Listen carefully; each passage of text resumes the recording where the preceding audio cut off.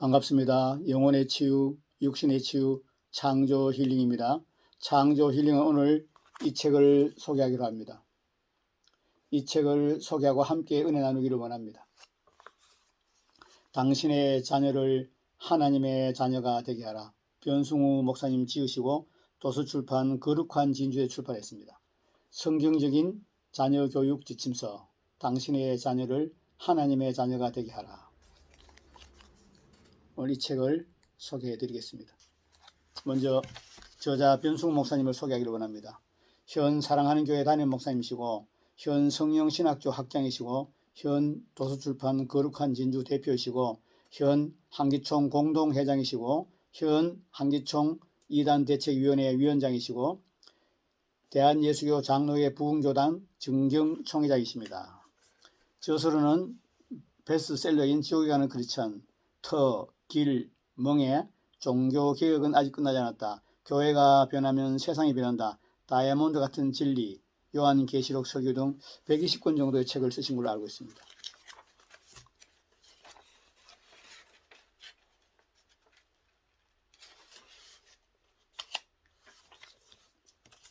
목차를 읽어드리겠습니다.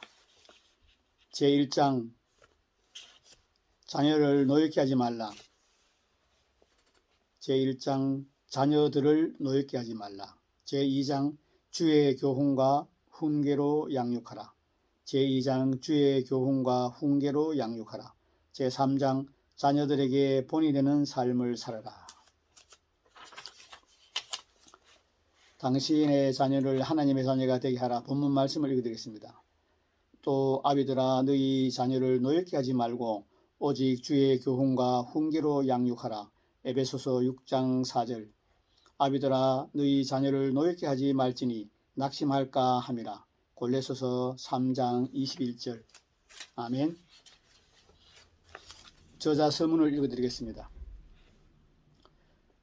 바울 서신을 읽으면 크게 교리편과 실천편으로 나눠져 있습니다. 그러나 저는 진리 회복이 주 관심이기 때문에 교리 부분에 해당하는 설교들을 많이 했습니다. 그래서인지 최근에는 실천편에 해당되는 설교들을 할 필요가 있다고 느껴졌습니다. 즉 성도들이 가정생활이나 학교생활 그리고 사회생활에서 적용할 수 있는 실제적인 설교를 많이 할 필요가 있다고 느끼게 되었습니다. 그러던 중 케네스 해긴 목사님의 신간 결혼, 이혼 그리고 재혼이라는 책을 읽었습니다. 베다니 출판사에서 제게 선물로 증정한 책인데 그 책을 오래도록 방치해 두었습니다. 왜냐하면 제가 전에 이혼과 재혼에 대해 설교할 때 영어를 잘 아는 교육자들과 미국에 있는 사랑하는 교회 성도들이 번역을 해주어서 보내주어서 대강은 그 내용을 알고 있었기 때문입니다. 그래서 읽는 것을 미루다가 최근에 읽었는데 읽기를 참 잘했다는 생각이 들었습니다. 그런데 그 책을 읽으면서 결혼, 이혼, 재혼에 대한 책인데 자녀 교육에 대한 설교를 해야겠다는 마음이 들었습니다. 그래서 이 설교를 준비하게 되었습니다. 모든 부모는 자녀가 잘 되기를 원합니다. 그러나 그 마음만 갖고 있는 것은 소용이 없습니다. 무언가를 해야 합니다. 먼저 자녀들 위해 기도해야 합니다. 누가복음 23장 28절. 예수께서 돌이켜 그들을 향하여 이르시되 예루살렘의 딸들아 나를 위하여 울지 말고 너희와 너희 자녀를 위하여 울라. 아멘. 저희 어머니는 정말로 자녀를 위해 울던 분이었습니다. 방학이나 휴가가 되어 집에 가서 잘 때 한밤중 어머니가 제 손을 잡고 저를 위해 간절히 기도하다가 흘린 눈물이 제 얼굴에 떨어져 잠을 깬 경험이 한두 번이 아니었습니다. 아마도 어머니의 이런 눈물의 기도가 없었다면 오늘날 저는 없었을 것입니다. 그런데 기도가 중요하기는 하나 기도가 전부는 아닙니다. 자녀들이 정말로 잘 되기를 원한다면 기도 위에 더해야 할 일들이 있습니다. 그것을 바울은 본문에 기록했습니다. 그래서 저는 본문 말씀을 중심으로 정말 자녀들이 잘 되게 할 수 있는 비결에 대해 말씀드리고자 합니다.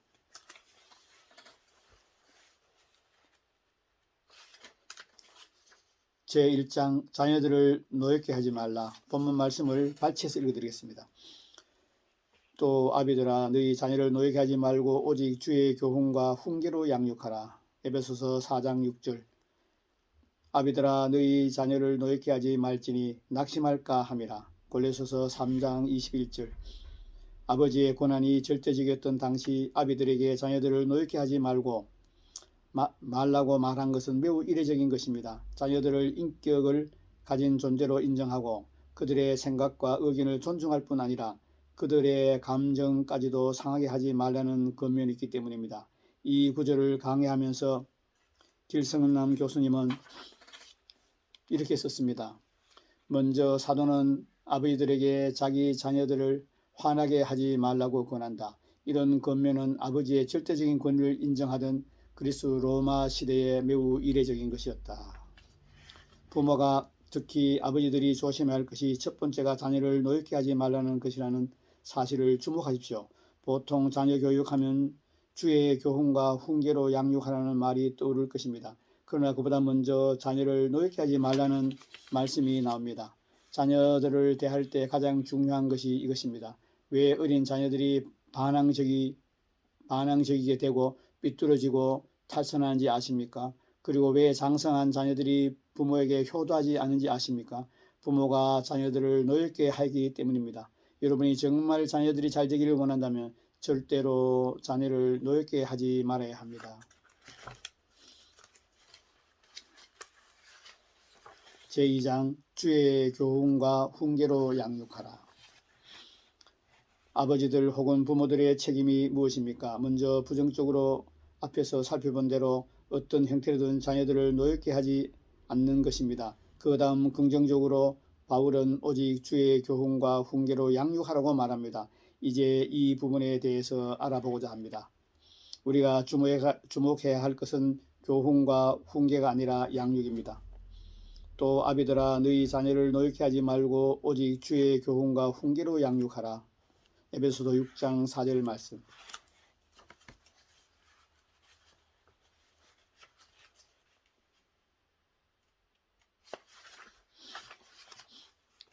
로이드 존주의 말대로 부모님들이 해야 할 1차적인 일은 자녀들에 대한 책임을 깨닫는 것입니다.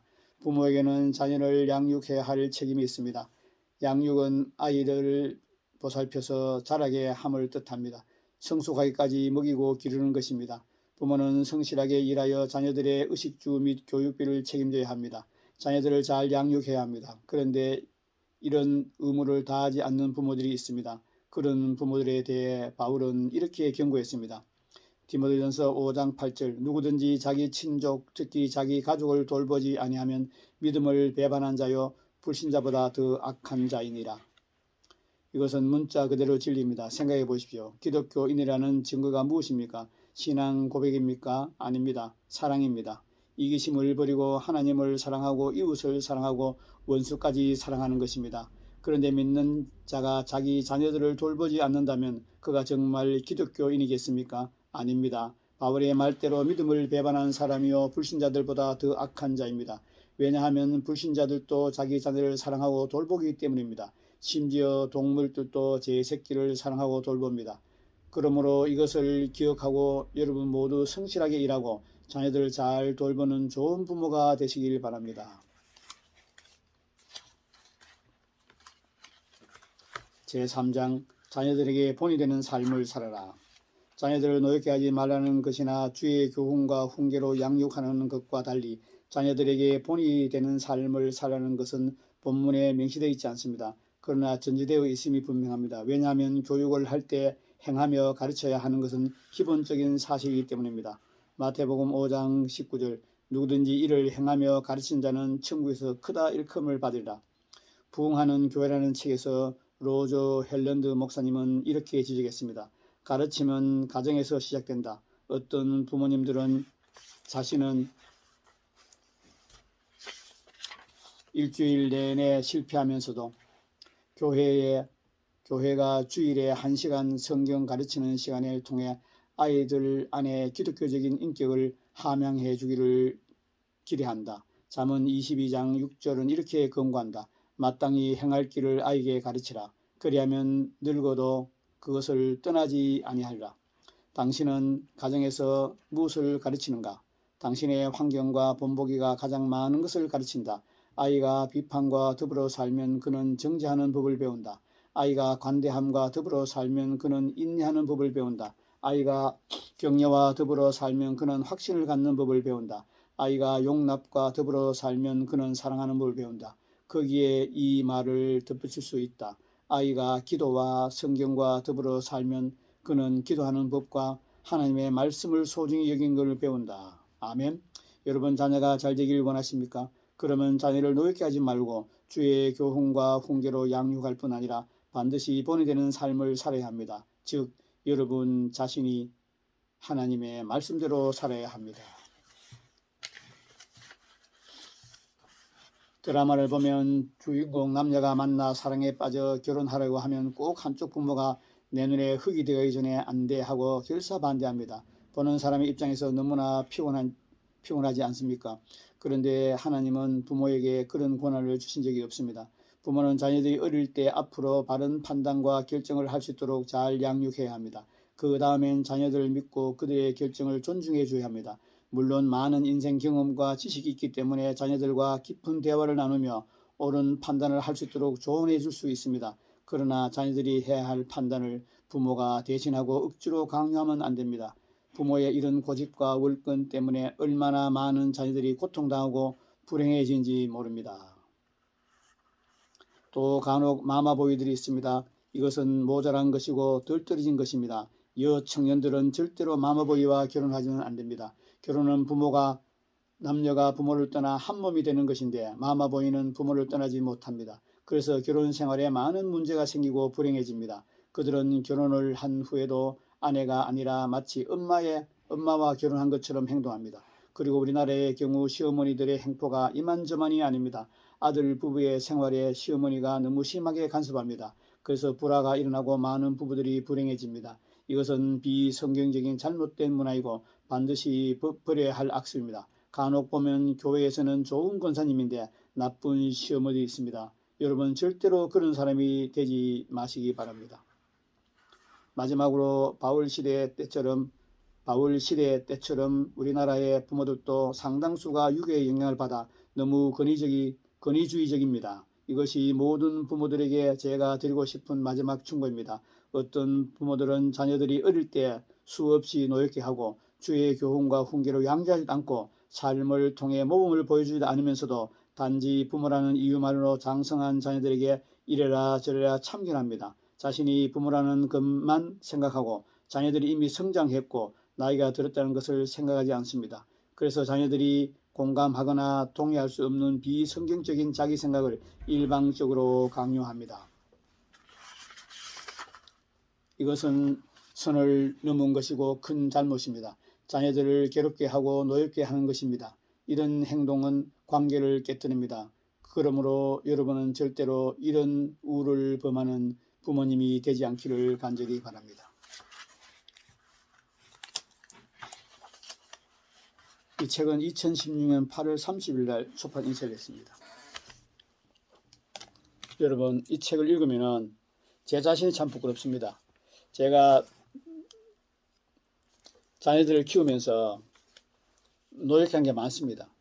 유교적으로 제가 교육을 받아서 자녀를 엄하게 좀 키웠죠. 너무 연약하고 너무 나이가 키워서는 애들이 경쟁사회에서 이길 수 없다는 생각이 앞서서 저도 믿음이 없었고 우리 아내도 믿음이 없어서 우리 생각대로 또 부모님의 받은 그 교훈대로 아이들을 가르쳐서 아들이 많이 매도되고 또 사랑의 매가 아니고 징계의 매, 폭행적인 매를 대고 아이들을 많이 노엽게 한 제가 있었습니다. 참으로 안타까운 일이죠. 그래서 제가 큰아이가 대학 졸업하고 이제 직장에 몇 개월 근무할 때고 작은아이가 대학 3학년 다닐 때입니다. 오늘 기도 중에 하나님께서 자녀들에게 용서를 구하라는 그런 감동을 주셔가지고 직장생활하는 딸에게 편지를 보냈습니다. 딸아, 내가 사랑하는 법을 잘 몰라서 너를 노엽게 하고 매를 들고 폭행하고 포관하는 죄를 아빠를 용서해라. 네가 만약에 그럴 일이 없지만 심장이 탈이 나서 네가 죽는다면 아빠가 심장을 너에게 줄 수 있다. 아빠를 용서해다오. 이렇게 편지를 보냈습니다. 그 편지를 한 장 쓰는데 한 2시간 걸렸습니다. 계속 눈물이 나서 울면서 썼습니다. A4 용지 한 장 쓰는데 2시간이 걸렸습니다. 그래서 눈물 젖은 편지를 딸에게 보냈는데 일주일 뒤에 전화가 왔습니다. 아빠, 울면서 아빠한테 그 말이 듣고 싶었대요.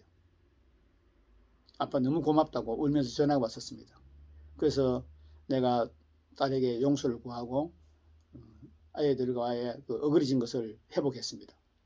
그 작은 아이는 이제 대학 3학년 기숙사 다니다가 기숙사에 있다가 금요일날 집에 왔습니다. 그래서 딸은 내 방에 오너라 해가 내 방에 왔을 때 내가 딸 앞에 무릎을 꿇었습니다. 꿇고 공주야, 아빠가 미안하다. 내가 사랑하는 법을 몰라서 너를 폭행하고 폭언하고 너를 노예케 했는 걸 아빠 용서해라. 그걸 아빠가 왜 이랬어 하고 딸하고 한참 붙잡고 울었습니다. 그러면서 자녀들과의 관계가 회복이 되었습니다. 그러나 그 이후에도 뭐 많은 부분에서 아이들 인격 존중하고 아이들 사랑하고 또 성경 말씀으로 양육하고 훈계하는데 많이 부족했습니다. 이 책을 다시 읽고 오늘 이 촬영을 하면서 다시 깨닫게 되었습니다. 참으로 내가 많이 부족한 부모였구나. 나는 많이 부족한데 그 부족한 데 비해서 자녀들이 참 잘 자라줬다. 하나님의 은혜다. 지금 작은 딸은 결혼해서 둘 부부가 열심히 신앙생활하고 큰딸 아직 결혼하지 않았는데 혼자지만 열심히 신앙생활하고 잘 살아줘서 참 고맙습니다. 여러분, 자녀는 부모의 소유물이 아닙니다. 우리는 소유물로 착각하고 살아갑니다. 많은 부모님이 그렇습니다. 저만 그런 거예요. 여러분 중에서 그런 분이 많이 계시죠. 안타까운 게 하나 있습니다. 최근에 그 어떤 통계조사에 보면은 초중고 학생들 중에 2%만이 기독교 신앙을 가지고 있답니다. 그럼 우리 지금 부모님이 교회 다니는 성도들이 지금 한 800만에서 1000만이 된다는데 800만, 1000만 부모님 중에 자녀들이 진짜 신앙생활 제대로 하는 자녀들이 몇 프로 되겠습니까? 한국교회 안에 1000만 성도라고 가정하고 그 중에 80%가 가짜 성도고 주여 주여 하는 자들인데 부모가 가짜고 주여 주여 하는 자들인데 자녀들이 진짜 될 수 있겠습니까? 참 어려운 일이죠. 그래서 앞으로 20년 뒤에 한국교회가 몰락할 것이다. 이런 예언적인 말씀을 하는 목사님들이 많습니다. 저는 그 말씀 100% 동의합니다. 교회 학교에 애들이 없습니다. 한참 이 교회가 부흥할 때는 어른 숫자 못지않게 초중고 학생들이 많았습니다. 지금은 초중고 학생들이 극소수가 교회에 나옵니다. 나와도 핸드폰 만지고 놀다가 친구들하고 맛있는 거 먹고 놀다가 집에 가는 게 대부분이죠. 지금 가짜 목사님, 사꾼 목사님이 다수이고 거듭나지 못한 가짜 성도가 다수인 이 한국교회 현실을 봤을 때 자녀들 신앙은 볼 것도 없습니다.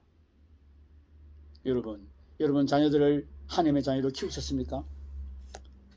당신의 자녀를 하나님의 자녀가 되게 할 이 책은 참으로 소중한 책입니다. 우리는 다음 세대를 위해서 기도해야 합니다. 다음 세대를 위해서 헌신해야 합니다. 아이들을 잘 양육해야 합니다. 그런데 우리는 애들을 육적으로 양육만 합니다. 공부해라. 학원 갔다 왔냐? 태권도 갔다 왔냐? 숙제했냐? 이런 잔소리만 많이 합니다.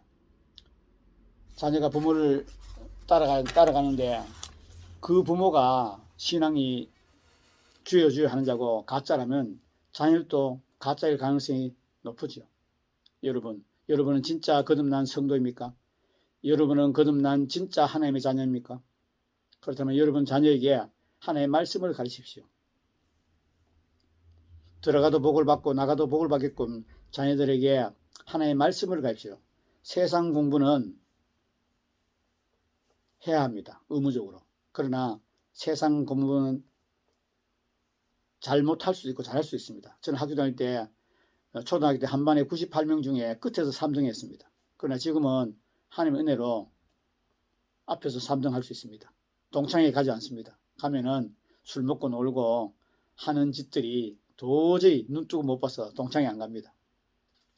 여러분의 자녀들을 하나님의 말씀을 양육하시는데 부모님 먼저 본이 되어야 됩니다. 부모님이 가신 길을 자녀가 따라갑니다. 말이 아닙니다. 부모님의 삶을 통해서 자녀들을 교육하는 거죠. 말로 교육하는 거 아닙니다. 부모님이 어떻게 집에서 신앙생활하고 어떻게 말씀을 읽고 어떻게 기도하고 어떻게 생각하고 어떻게 말하고 어떻게 살아가는지를 자녀들이 봄으로써 자녀들이 따라옵니다. 부모님이 간 발자국을 자녀들이 그대로 따라옵니다. 콩 심은 데 콩나고 팥 심은 데 팥납니다. 심은 대로 거둡니다. 여러분이 잡초씨를 심어놓고 산삼이 나기를 기대하는 바보는 없습니다. 여러분 자녀들을 하나님의 말씀으로 양육하시고 여러분이 먼저 본이 되시길 바랍니다. 저는 자녀들에게 큰 소리칭이 한 가지 있습니다. 딸들아, 아빠는 너희들에게 할 일 다 했다. 너희들에게 믿음을 물려줬으니 이제는 너희들이 그 믿음을 지키면서 끝까지 승리하고 이기를 바란다. 바로 종교적인 교회가 아니고 영적인 교회, 삼중사에 가는 교회, 오중직임이 회복된 교회, 대위임령에 순종하는 교회로 아빠가 너희를 인도했으니 하나님의 은혜다. 그러니까 이제는 아빠 역할 다 했다. 그럼 저는 그 부분에서 애들한테 제가 큰 소리 칠 때도 있습니다. 물론 모든 게 하나님의 은혜죠.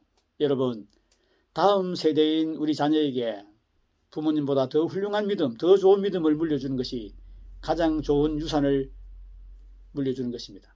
여러분 집이나 아파트나 증권 물려주는 것보다 더 중요한 게 신앙입니다.